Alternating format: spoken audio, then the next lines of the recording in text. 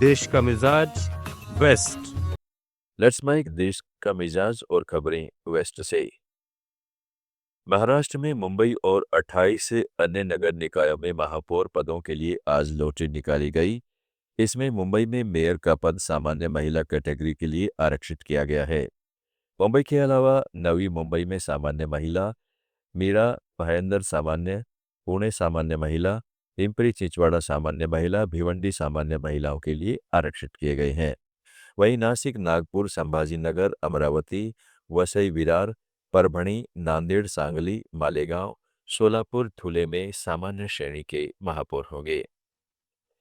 इसी बीच महाराष्ट्र में आंकड़ों का खेल शुरू हो गया है। सभी दल किसी न किसी तरीके से अपनी कोठी फिट करने में लगे हैं। उधर मीरा भाईंदर में लगे पोस्टर्स लोगों का ध्यान आकर्षित कर रहे हैं। इन पोस्टर्स में आंकड़ों की बाजीगरी साफ तौर पर नजर आ रही है। पोस्टर्स में एकनाथ शिंदे गुट से महाराष्ट्र के परिवहन मंत्री बने प्रताप सरनाईक जनता को शिवसेना के पक्ष में मतदान के लिए धन्यवाद दे रहे हैं। इन पोस्टरों को देखकर ऐसा लग रहा है कि ठाणे जिला की मीरा भाईंदर नगर पालिका में एकनाथ शिंदे की शिवसेना ने शानदार प्रदर्शन किया है, जबकि हकीकत इसके बिल्कुल विपरीत है। 95 सीटों वाले इस नगर पालिका में शिवसेना 22 से सिमटकर मात्र 3 पर आ गई है।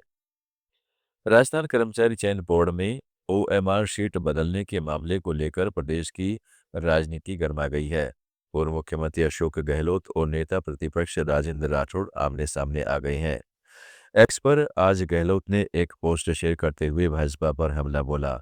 उन्होंने प्रदेश की भाजपा सरकार के आरोपों को राजनीति से प्रेरित बताते हुए कहा कि एसओजी की रिपोर्ट के अनुसार ओएमआर शीट बदलने का खेल साल 2018 से पहले यानी भाजपा सरकार के समय शुरू हुआ और 2026 तक जारी रहा।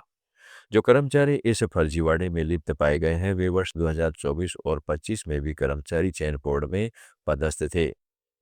नेता प्रतिपक्ष राजेंद्र राठौड़ ने पलटवार करते हुए कहा, यह खुद इस बात की स्वीकारोक्ति है कि कांग्रेस शासन में ओएमआर शीट घोटाले और पेपर लीक जैसी घटनाएं हुई।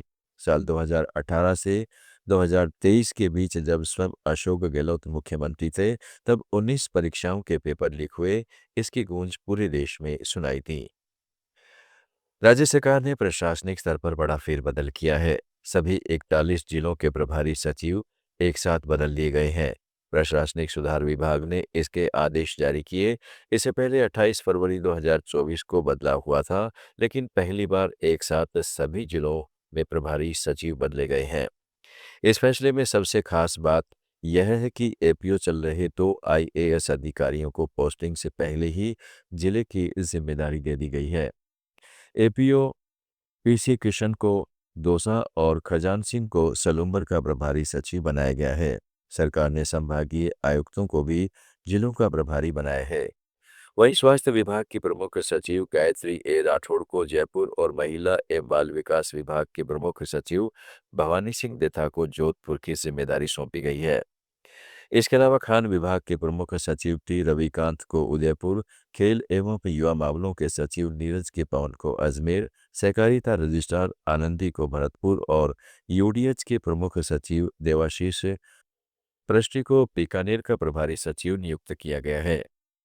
अहमदाबाद नगर निगम में मोटेरा में स्थित आसाराम आश्रम द्वारा दी गई इम्पैक्ट फीस एप्लीकेशन खारिज कर दी गई है।